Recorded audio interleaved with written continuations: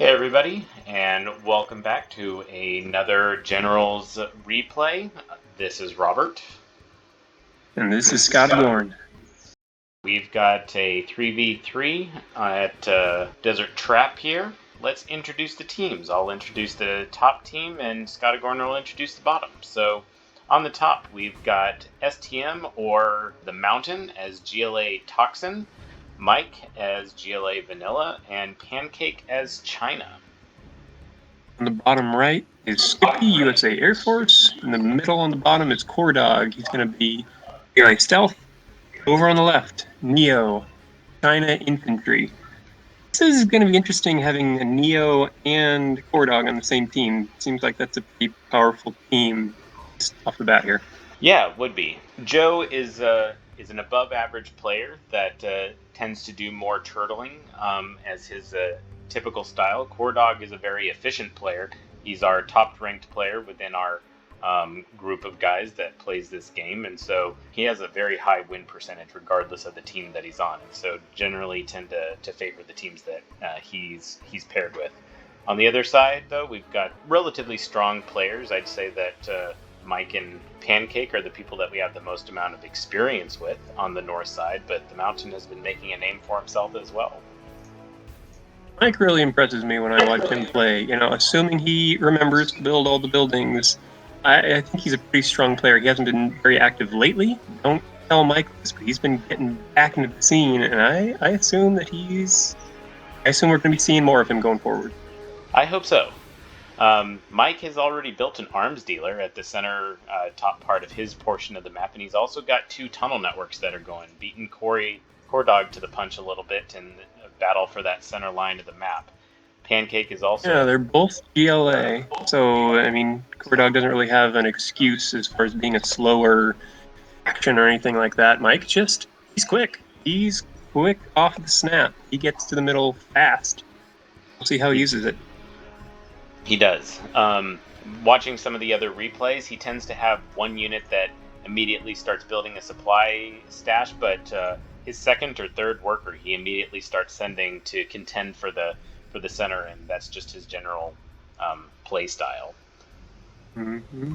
Over on the left-hand side, I see SPM sending in...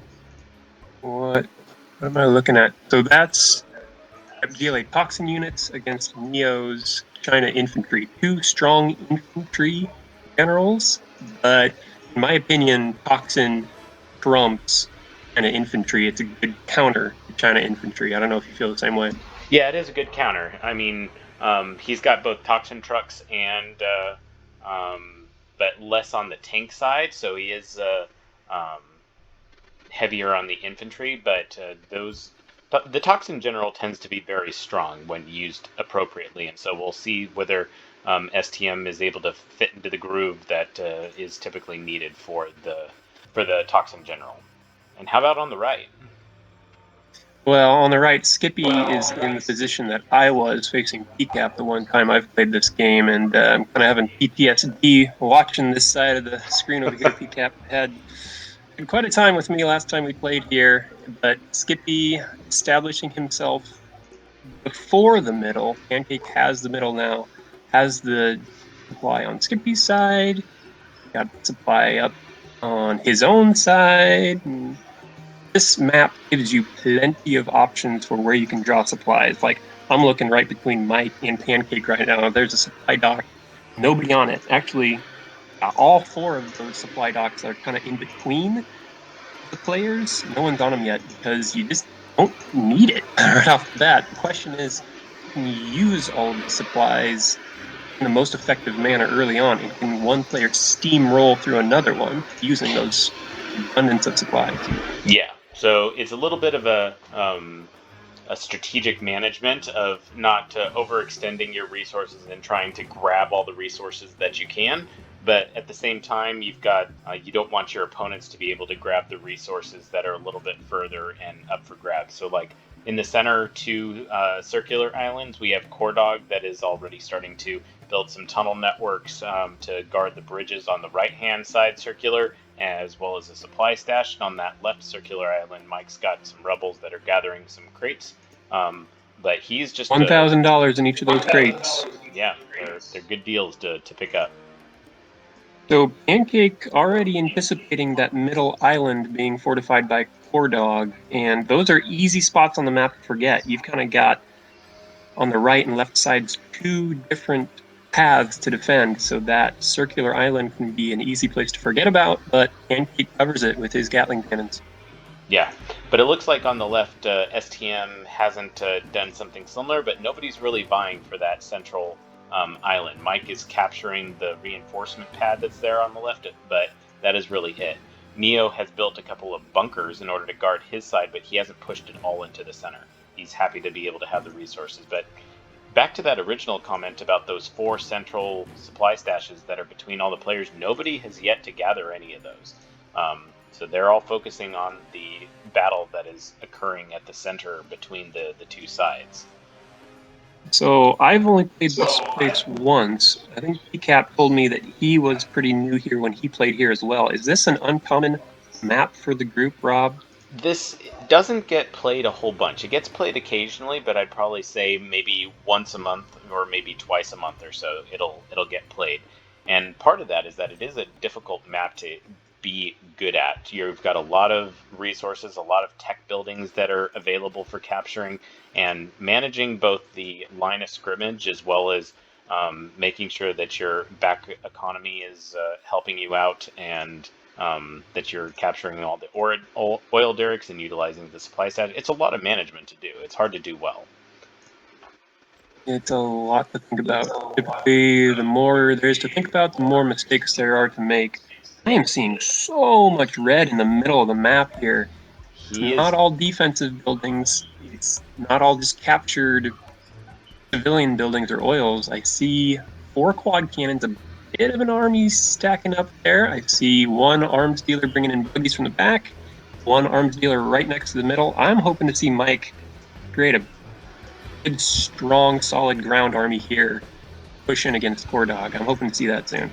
Yeah, and Mike and CoreDawg are on resources. They're probably going to be relatively evenly matched, so each of them is holding a central location right now. Mike has got 4,000, and CoreDawg has got about 3,000 or 5,000 right now. I just looked at it a second ago, and it was less.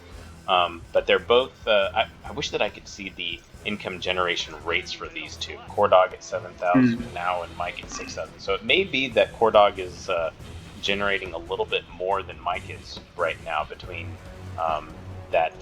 holding that central island. But it looks like Mike is trying to build his defenses on that left island, and he may be trying to get the supply stash that's in the area. Pancake on the right, though, he's continuing to hold the advanced placement of the supply stash, so he's got both his and he's got Skippy's supply stash on the far right side. And so those extra resources for him, he's at 12,000, so he should be able to use those. Pancake is usually a Air Force kind of player, and up in the top he's also got 2 airports. He's got 1 built, and he's building a second one, so we'll see if he starts utilizing some more planes. I see him building a few barracks in the back of the base. I think those are all devoted to hackers. So Pancake does like to come in over the top with planes, and he's already got a couple circling next to his defenses, got tons of mines. I think he's thinking about scaling right now. He's thinking about base scaling. He says, I've got all these resources. I can scale up. He's a really good support player for his allies. He comes in really quick. He came in quick for you, and PCAP had a Helix coming into your base the other day. He certainly did. He saved the day with those Raptors there. Here we go. I'm seeing the first engagement since STM versus Joe at the very beginning of the game. I'm looking at CoreDawg's buggies versus Mike's tunnel, and it's true. Buggies are winning. You got a quad cannon that's trying to do some damage, and we've got some infantry that are coming to answer, but not. We'll see how well the rockets are able to fend off the RPG troopers. Why do you think the Mountain's bringing his troops in down the middle against CoreDawg? Do you think it's just the CoreDawg factor, where they're saying we have to gang up against him because that's how you have to attack CoreDawg, or is there anything else to it? It's possible. That would be my thinking to it, and that Mike knows that he's it's going to be a tough battle if he has to go single-handedly against CoreDawg. Maybe the Mountain thinks that having built a line of defenses between him and Neo, that they're kind of in a stalemate. Although, oh, look on the far left, Skippy has brought in a couple of combat choppers that with point defense lasers, and they're just taking out buildings. They're making their way into the Mountain's base. So we're going to see how successful. I'm watching those two exclusively now. Yeah, I know I said this on a previous video as well, but Mountain being GLA Toxin is going to have better missiles than any other GLA or really any other faction. They're going to follow those Chinooks better from those stinger sites, but Skippy having a whole ton of success. Do you think that was I think it was Neo's idea to call Skippy over to that side? I can't help but wonder. Probable. It's probable. Oh, you never know. Here Skippy, comes Pancake with Migs coming all the way across the map, just like we said. This is going to look a lot like when PCAP was in your base just this last Saturday. Those point defense lasers, though, doing a good job at fending off multiple missiles. I've got one combat Chinook that has gone down, but he's the second one is close to dying. Was able to finish off one supply center. But that was units. Yeah, tough units, but Skippy was able to make an excellent incursion, and now I'm back looking, and it looks like Mike had some angry mobs that were going up against CoreDawg's defenses over there on that right island, but they got taken out by a number of quad cannons. And are you seeing that CoreDawg made his way across the bridge against those two Gatling cannons, waiting out the mines to disappear? You're right. Yes, he did. So took out the War Factory just after a Overlord was created, but the Overlord's going to die. Pancake coming in with some MiGs, trying to drop some black napalm and take out the various units. And he's also got an Inferno cannon for doing follow-up support. Those quad cannons stopped targeting the Overlord right when the MiGs came in. That's a good army against air. I don't know how many of those MiGs survived.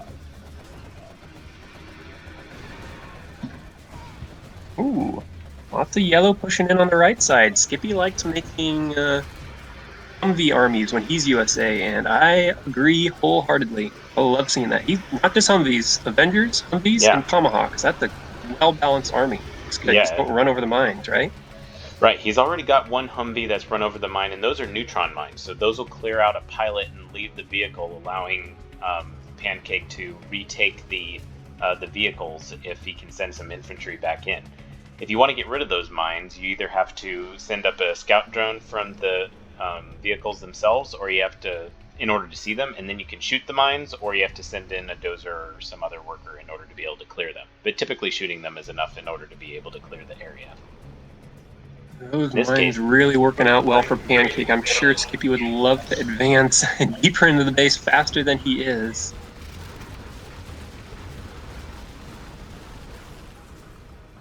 Attacking the Gatling cannons, not waiting for the Tomahawks to come up. He probably feels the clock ticking for when Pancake can counterattack against him. He's already had to wait for the mine, so probably doesn't want to have to wait for those slower Tomahawks to come up to attack these defenses. He wants to press the advantage while he's got it. Ooh, and loses a couple more Humvees to the mines that are there. Now CoreDawg coordinating with him, bringing buggies across to deal with that left-hand track guarded by Pancake. So Pancake's getting really targeted here.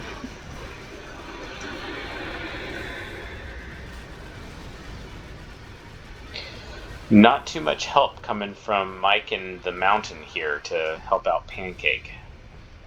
Pancake's doing a bunch of air defense to try and counter these units that are coming into his base, but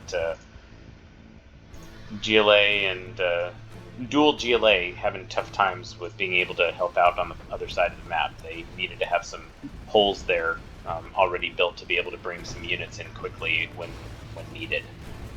It's generally a good strategy. Wow. Okay, I just saw a bunch of Inferno cannons take out a bunch of buggies. Usually I think buggies win that, but I guess it just comes down to who targets who first.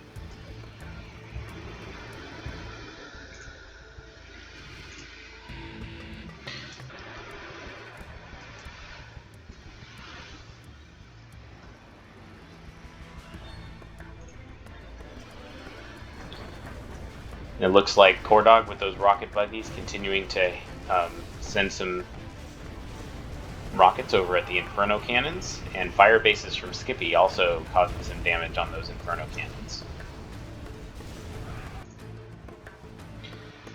And I also see Pancake with some tomahawks. Yeah. And some artillery coming in from Pancake. Alright, so while you're watching the right side, I am seeing on the left side, Neo is ready to start making his advance. He's got 2 nuke cannons guarded by 2 ECM tanks. And he's starting to whittle down the mountain's defenses here. Both on that central These island. buggies out. Yeah. Making some good progress against those guys.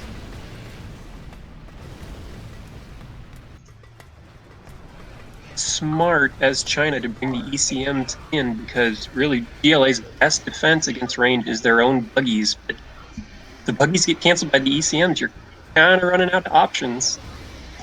Oh, CoreDawg just got scudded in the center. That center island, he's getting a bunch of his defenses taken out by the super weapon from Mike.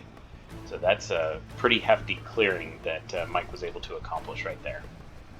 And he's been working on that for a while. Mike's been wanting to go to his right for a long time. I'm just waiting for the Toxin to clear to bring in all those angry mobs. Mm-hmm. Might want to push south, though, with these buggies coming from CoreDawg. Yeah, those buggies from CoreDawg are doing some serious damage on Mike's defenses. Mike needs something to be able to answer those guys, because right now they're just hitting them with impunity. This Skippy is so interesting. With all these different paths to get to a person's base, Skippy's doing well on the right side. Well, just now encountering these overlords, though, so we'll see how that goes. He's doing well on the right side, but Pancake's doing well on the one just inside that, starting to clear out Skippy's reactors, and he cleared out that artillery reinforcement. Yeah, he's I'm wondering why Pancake isn't moving some of his units back to, counter Skippy's force. Although, he just got scud bombed, which is going to do damage on his infantry or his Inferno cannons. I don't know if you saw the middle or not, but Mike ran all of his angry mobs, almost all of them, against a wall of quad cannons. I missed that. And you can guess who won that one. Angry mobs are pretty powerful, but going up against AP bullets, especially, and quad cannons, yeah, they're pretty good. And looks it like had been CoreDawg one or also... two quad cannons. That would be one thing, but this was a lot of quad cannons. There goes the angry mob again down. Corey is just bringing in lots and lots of waves of quad cannons up against Mike. And Pancake and Skippy seems to have evened out again on the right-hand side. Really, the battle is between Mike and CoreDawg right now. This is a good game so far. It's hard to tell who's winning. You can kind of feel CoreDawg getting the momentum in the middle, starting to take out some oils from Mike. That's going to take down Mike's economy, slow him down a little bit. Those are like body shots. If we're talking about a boxing match. Shots to the body, they're going to slow the guy down later in the match. Take out those oils, he's just a little slower on production, so CoreDawg making some inroads in the middle. On the right and left sides, I think Neo's got the left. He's starting to push there. He's got the advantage. But the right side with Pancake, I feel like Pancake has the advantage a little bit, but now we see him bringing a lot of units into the middle to help against CoreDawg. That might give Skippy an opportunity. Both Corey and Mike have been using their Jarman kills back and forth. Corey for sniping angry mobs, and Mike using his Jarman kill to depilot various vehicles. Does look like Neo is making some good progress against the mountain on the far left. The mountain brought in a small force of quads and scuds, but Neo was able to finish those off. I don't know. It really is hard to tell who's going to take this one. On resources, CoreDawg's got 1,000, the Mountain 1,700, Pancake 20,000. He's doing great, as well as Neo with 10,000, Mike 4,000, and Skippy with 600. So Pancake has got the resources right now. He's got a herd of hackers in the back of his base that are just pumping out good resources, and he's also got his 2 airports that are helping him do some attacks. And I have a feeling with how long this game is going, super weapons are going to play a pretty big role as well. Some of the shorter games, you see a guy build a super weapon, invest $5,000, and speaking of which, might Joe just get it launched off once and maybe not at all. But this game, I think they're going to keep rolling through over and over again. Speaking of which, Joe just sent a nuke into Scott's base. He went after Scott's front line on the far left, as well as hitting it with his Inferno cannons. Looking at it with the whole entire view of the map, it might have been more valuable to try and go after Pancake's hackers over there in the back right with that nuke. It would have definitely hampered his resource gathering, but hard to be able to see that when you're on the other opposite corner of the map. I've tried helping my teammates out with my super weapons or my general's abilities before, and I end up, I don't know their side of the map as well as I know mine. I don't know what their opponents are doing as much as I know the guy across from me. I've decided to be a little bit more selfish with my stuff like that, and I think that works a little better for me. So maybe that's what Joe's thinking too. Very possible. Joe is making some excellent progress. He's pretty much claimed that entire far left side of the map.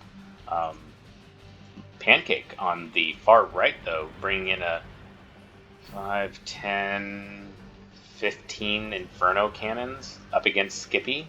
He's going to do a lot of damage with those if they don't get something with some big splash damage, like a counter Tomahawk or something. Do you see anything Skippy has that can stop this? Usually I would say just that some Humvees. Cannons are exposed there, but... Oh, he's got a carpet bomb that's coming in. Oh, that's going to do it. Oh, here we go. Well, that'll do it. That is debilitating to go Very from nice. 15 to 4. Oh, that's gotta hurt. Not that 4 is nothing. 4 with nothing between them and the base can still do a lot. Yeah, they're able to take out dozers, fire bases immediately. They're still going to do a ton of damage just sitting there. But it looks like Skippy did see those guys coming, and he headed off at the pass with a pretty perfectly placed carpet bomb.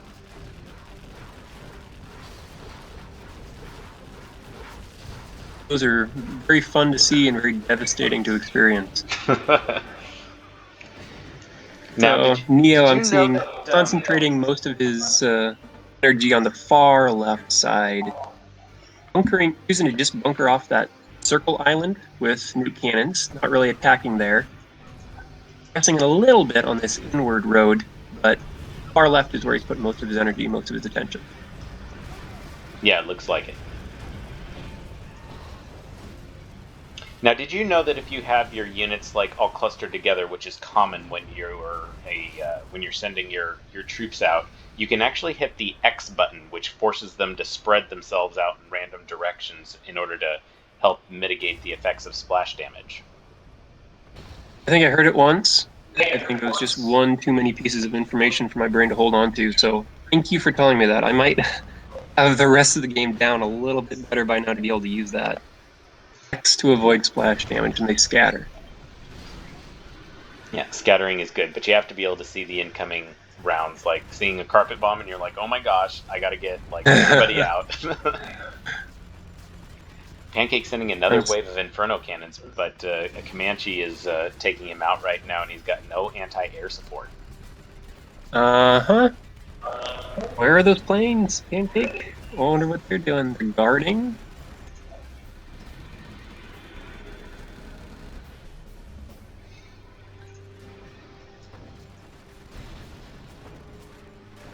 Pink carpet bomb is going all the way across the map. Not gonna make it to its destination, I don't think.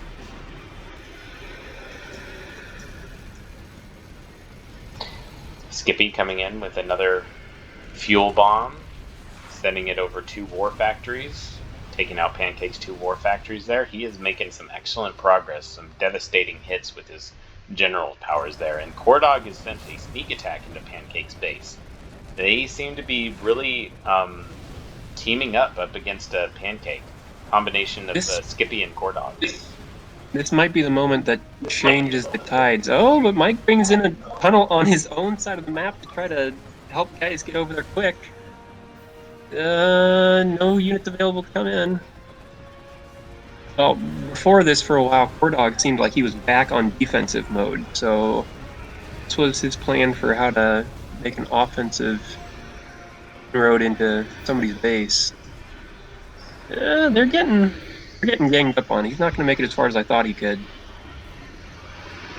He's gotten a little bit of help from Mike, and Pancake is going to live another day, and then most of his resource gathering was still untouched. He's got 30,000, so really he's not constrained for resources right now. He's really just got to rebuild. So combination of dozers and production buildings, and he should be okay. Skippy's got a couple of Auroras that are just guarding the area in the center of the map.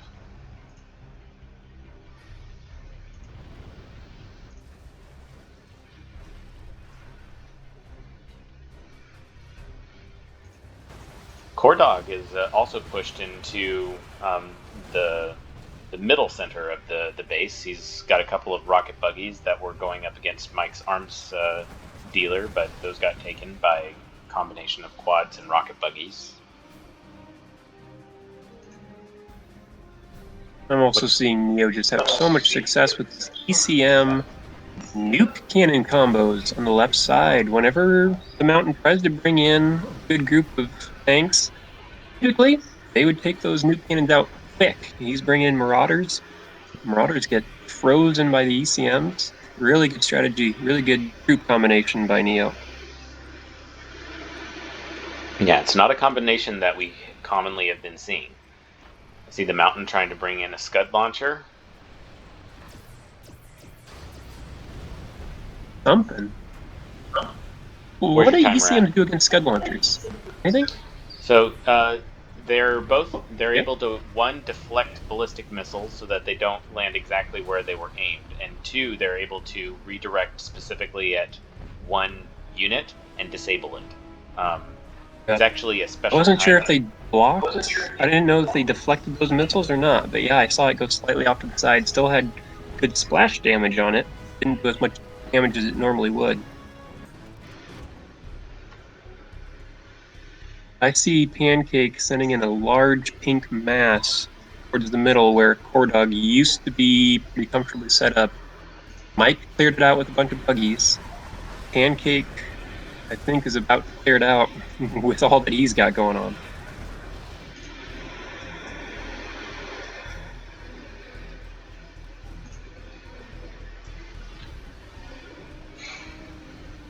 The other thing that was kind of slow was these oil refineries that reduced the cost of vehicles by 10%.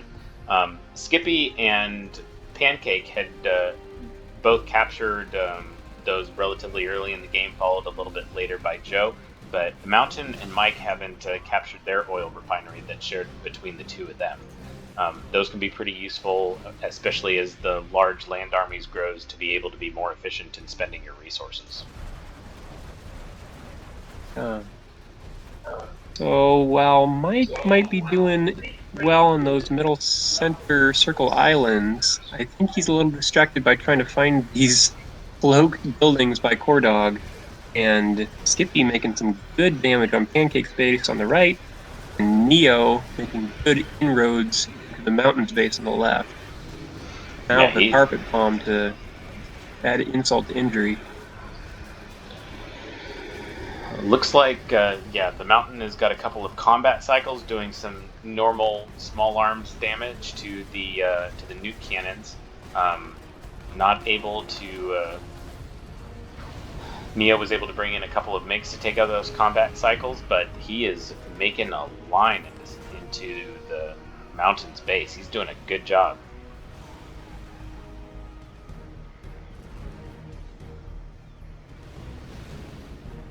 So the combination, Neo pushing up on the left and Skippy pushing on the right with his stuff, and CoreDawg and Skippy pushing into Pancake while Mike's being held at bay. This is kind of starting to feel to me like the bottom team is starting to gain an advantage. Mm-hmm. And did you see the EMP blast plus the Toxin bomb? That was a great combo, and Pancake's once proud army is now disintegrating in front of him. I missed that. Where did that? Oh, I see it now. I was on the bridge next to the Circle Island. He's Plus got a another nuke. big army coming down the right side. This is great army production coming out from Pancake over and over again. But gosh, when you've got this many super weapons and general's abilities this late into a game, you never know how long your army's gonna last. Yeah, Mike just sent his Scud Storm. Let's see where he sends it.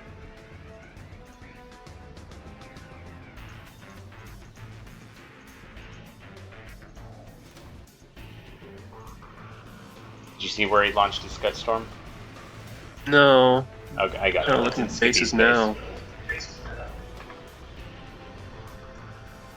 Went after looks like some supply drop locations, and Mike at the same time also a sneak attack inside Skippy's base. Yeah, South might have been getting the advantage, but North ain't done yet. And they are got still some tricks left. Mike didn't have any anti-air support in that sneak attack, and now we've got 6 Comanches that are just laying waste to the rocket buggies and radar vans. Yeah, those Comanches are fragile when they're trying to fly into somebody's base, but great for defending the back of your own base.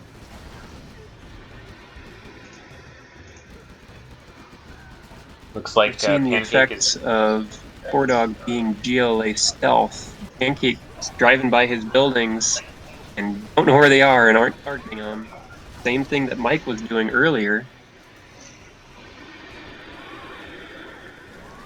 Mike and CoreDawg having a little bit of an incursion on that central island, but Pancake is also in CoreDawg's base, and he's got 4 Gatling tanks that are doing some damage on some of the nearby arms dealers and barracks. Yeah, he can't see the barracks or the arms dealer, so as long as CoreDawg doesn't use them currently to make any troops, just bring them in from somewhere else. He's going to keep driving right back and forth right by him over again. Same thing with that black market and the supply center in that middle island. So, Mike is right next to the him. very middle. That's interesting. You're right. He is making a large push with his Inferno cannons and his ECMs, going after Mike's stuff. I don't see a lot to be able to ward those guys off. He's got a small quad cannon force, but the Inferno cannon should be able to do a lot of damage on those quads.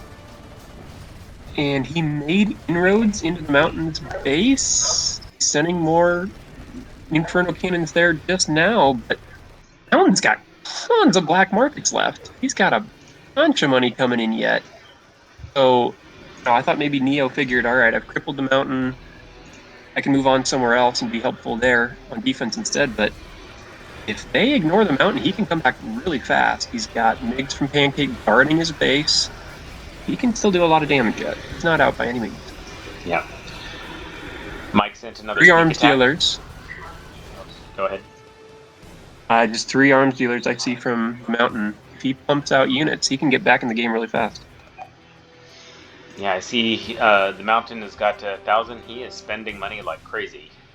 And a lot of combat cycles, a lot of auxiliary units to be able to go after Joe's long-range units that he's sending. Focusing on cheap but numerous.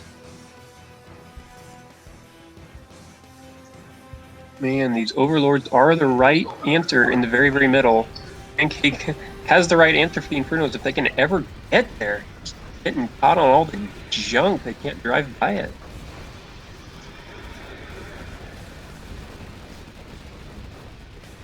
Those overlords are doing a good job of crushing the nearby vehicles, driving over them, as well as taking out various defenses in the area. But there's just 2 of them left.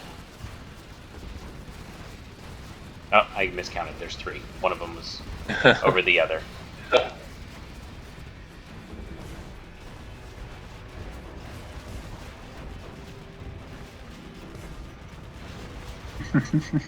Another Inferno Cannon army from Pancake on the right side this time, with one Gatling tank though. One supporting So Gatling he's tank. adjusting his strategy.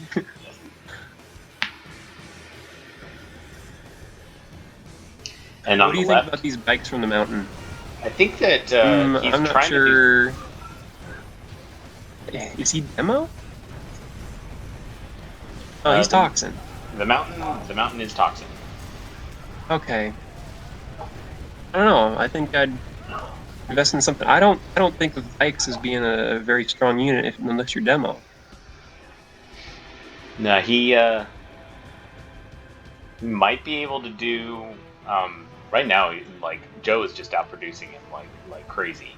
Joe has got lots. He's got 150,000. Like he's just outnumbering him like crazy. Way too many hackers. They're all heroic. They've been hacking for a long time, and I don't think the Mountain's going to be able to produce as many as Neo is going to. Neo is just turtled up, gotten his resources on lock, and he's just going to send wave after wave.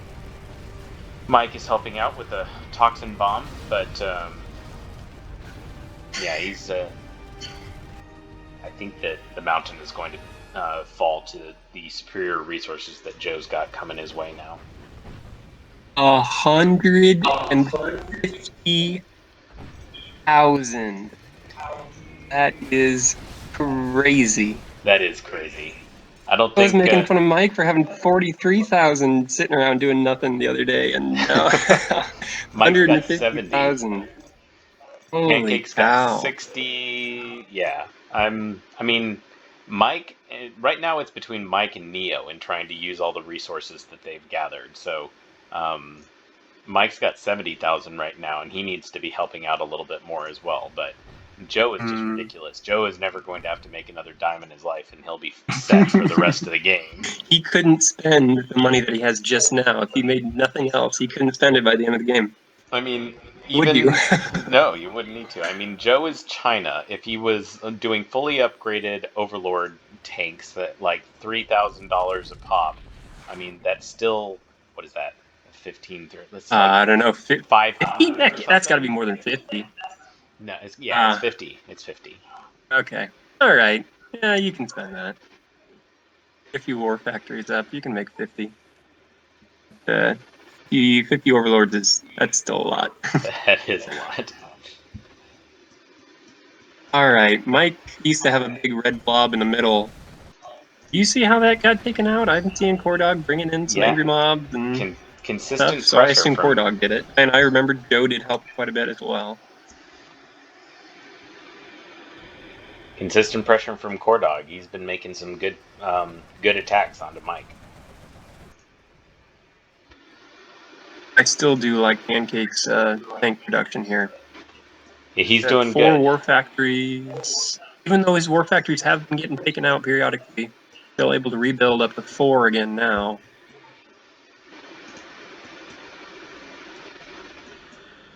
I'm seeing they never made it to the back of someone's face, though. That's where they need to be.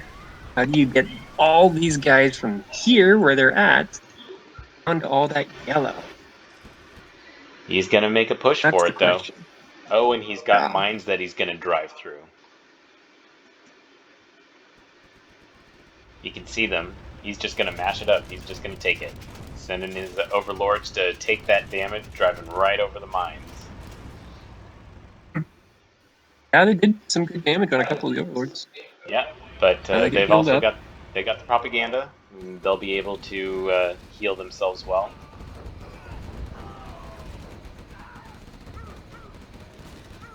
I was wondering if we were going to see any more Auroras from Skippy. He was using those to really good effect on Pancake's base earlier. Kind of crippled Pancake. He's totally rebuilt by now. I haven't seen an Aurora in a long time. Skippy just sent a fleet of Comanches up against the combination Overlord and Gatling tank force, but those Gatling tanks just decimated the Comanches. And it looks like Skippy is on low power, which means he doesn't have radar, and he just got his power back. But Yeah, not no Auroras. Skippy doesn't have the resources to be able to rebuild the. Well, actually, he does. He's got 14,000. He should be able to build more Auroras if he wanted to, but he's only got one airport. You got somebody with Do a you hear the carpet bomb. nuke? Where do you think it's going? Oh, it I was went wondering right if above. Neo might be, nuking Skippy's base to try to get rid of these overlords. Yeah, Neo used his nuke to try and go after Pancake's forces. He missed the majority of them, though. Skippy is selling stuff. I'm sure he didn't want to get Skippy's base either. Yeah, and now it's answered with a nuke from Pancake. So they are doing a good job of cleaning out Skippy right now. Yes. Mountain is still surviving. He's been able to fend off that massive Joe attack. Joe is making another push right now on the left, but right now the Pancake is got pretty good. He's only got a few units left, but he made a lot of good damage into Skippy's base. All right, so I think I have a reason for why the Mountain's making so many bites. It's a unit where it comes out in large groups and the ECMs get distracted by them. And instead of just sending out a couple strong units that get immediately canceled by the ECMs, you send out a bunch of bikes and the ECMs can't stun them all. It looks like he's trying to use the bikes to run people over, but bikes aren't allowed to crush infantry. Maybe he doesn't know that. It's the one vehicle that's not allowed to crush infantry. It does make sense, though. There's only 2 wheels.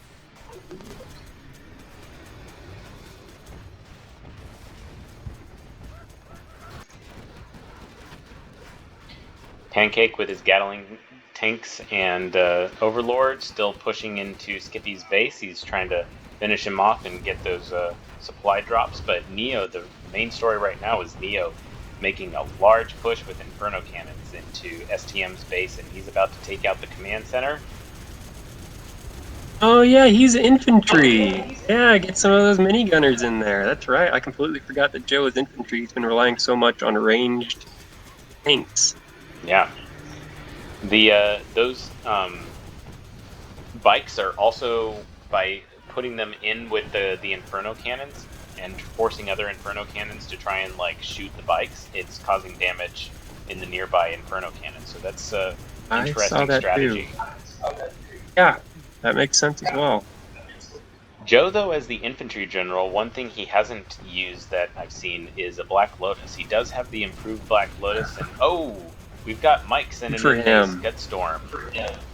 Good. I respect a man who is unwilling to use the Lotus, who is I respect a person who's above that sort of thing. I'm glad to see it.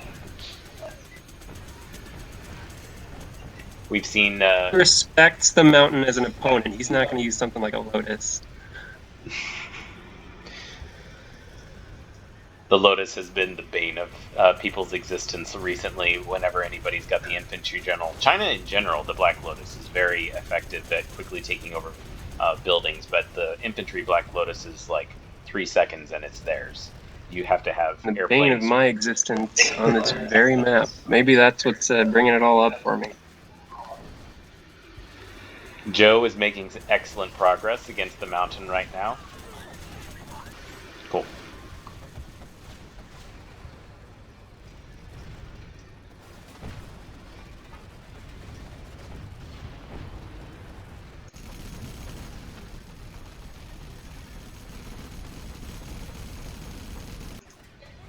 Back and forth between STM and Neo. It's and Pancake sending in carpet bombs trying to go after Neo's forces. There is just a lot of damage going on here. Really effective. I thought it was only going to get a few infantry at first, but it crushed some of those troop crawlers as well. But it's not like Neo doesn't have more of those coming in. Yeah, and now a whole slew of minigunners inside the assault troop crawlers, and looks like he's starting to pick off the black markets of the Mountain. And there's a tunnel in the back of Pancake's base. His internet center is being taken out by buggies. Again, no anti-air there, but I think there's less air units on the board for the North team now, so it's not as big of a worry. Yeah, both of those airfields of Pancake have been destroyed. So no, he's only got Inferno cannons right now that are coming to try and respond.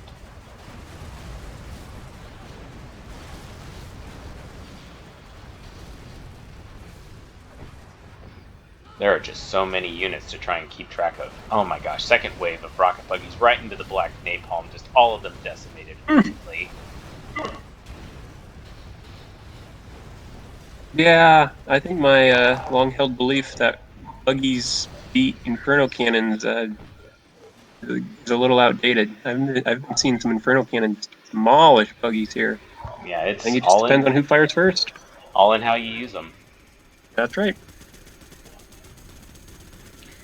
Neo continuing to chip away at the black markets for the Mountain. Mountain has 25,000. He still has a good amount of resources to be able to use for building stuff, but he has been built thin. Looks like though STM is trying to build a Scud Storm in the middle of Pancake's base, as well as a new command center. Yeah, he's spread all the way throughout these other two bases. Mike's making a counter incursion into Skippy / CoreDawg's base in the bottom, but he got taken out by Skippy's Humvees.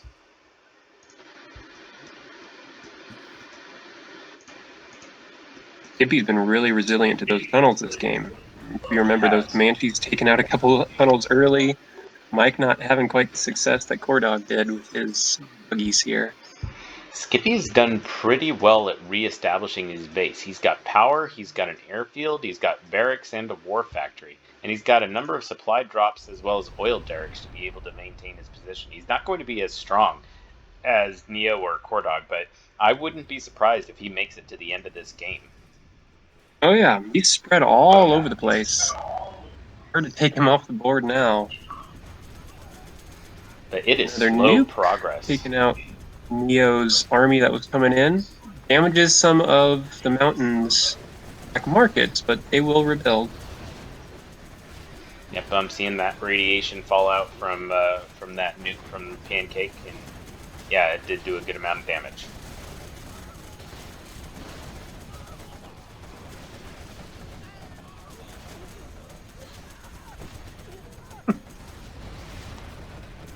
Over on this right side of the yellow march of infantry, Skippy's found something that he can do, even with depleted base.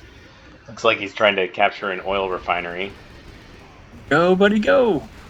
Two Comanches that reveal themselves and are immediately killed.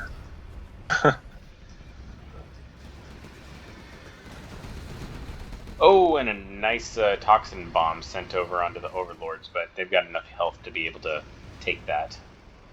I was going to say, Toxin bombs don't really have an explosion to them, do they? So if you can drive out soon enough, especially with Overlords, is that right? There's not really an initial explosion? It's true. I'd have to double check the weapons associated with the Toxin bomb, but there may be a small explosion radius at the very center, but the majority of the damage is going to come from the poison damage that the beta or gamma toxin is going to send into the area. Gotcha. I'm watching these Overlords, seeing how successful they can be. They each got a Gatling cannon on them. Yep. Can target air units. Comanches, and they're dying to Humvees and rocket buggies. Looks like there's a B2 going to be doing either a Moab or a carpet bomb. It's a carpet bomb straight into 1, 2. Oh, it takes out one war factory of Pancakes. I don't know that I've ever seen a Moab. Rob, have you? I have. Thought they were only legends. What's it like? They are rare. They're $4,000 in order to be able to buy the upgrade from Fuel Bomb to Moab, but you can do that at the strategy center, and it is darn effective.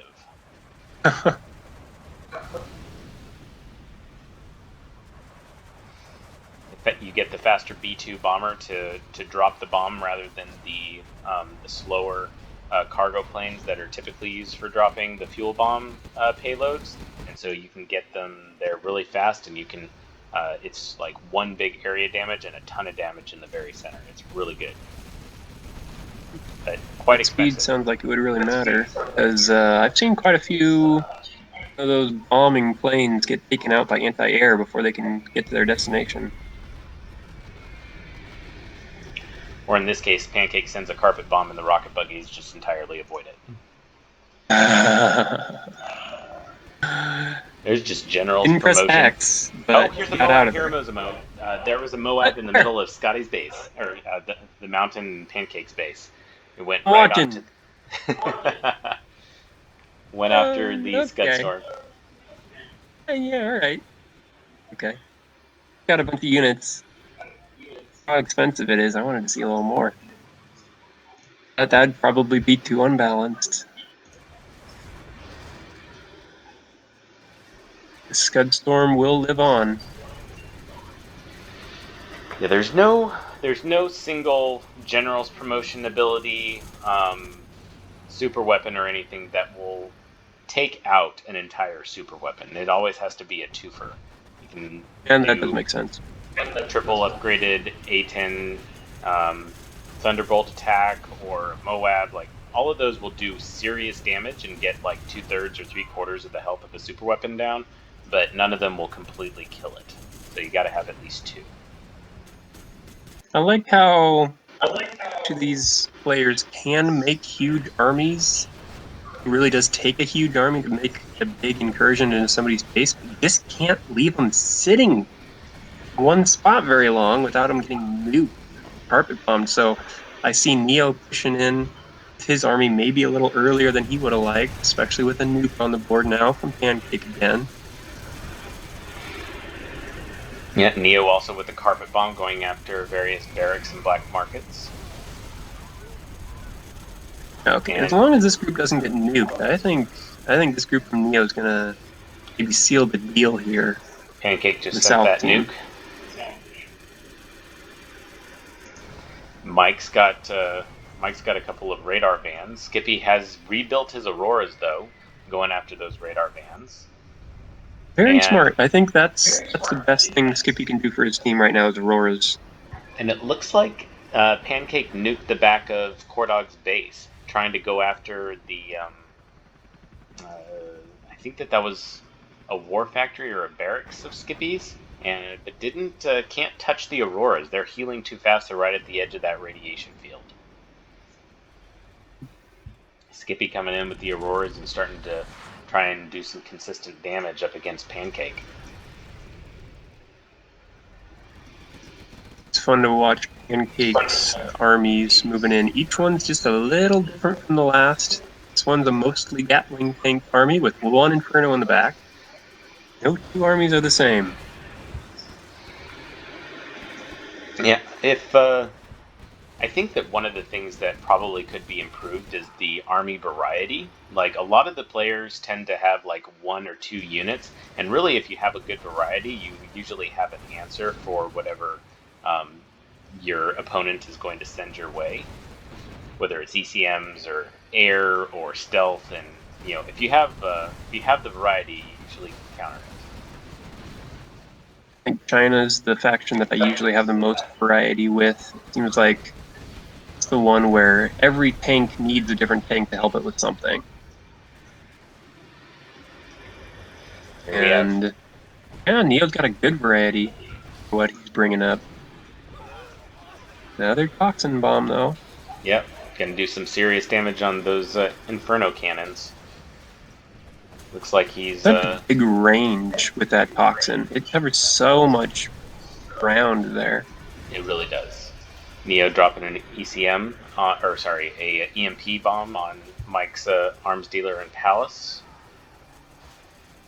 Mike's got a ring of radar vans in the back right of his base, just probably for being able to reveal different parts of the map whenever he needs with that radar upgrade. Sure, so you can get a tunnel in wherever he wants.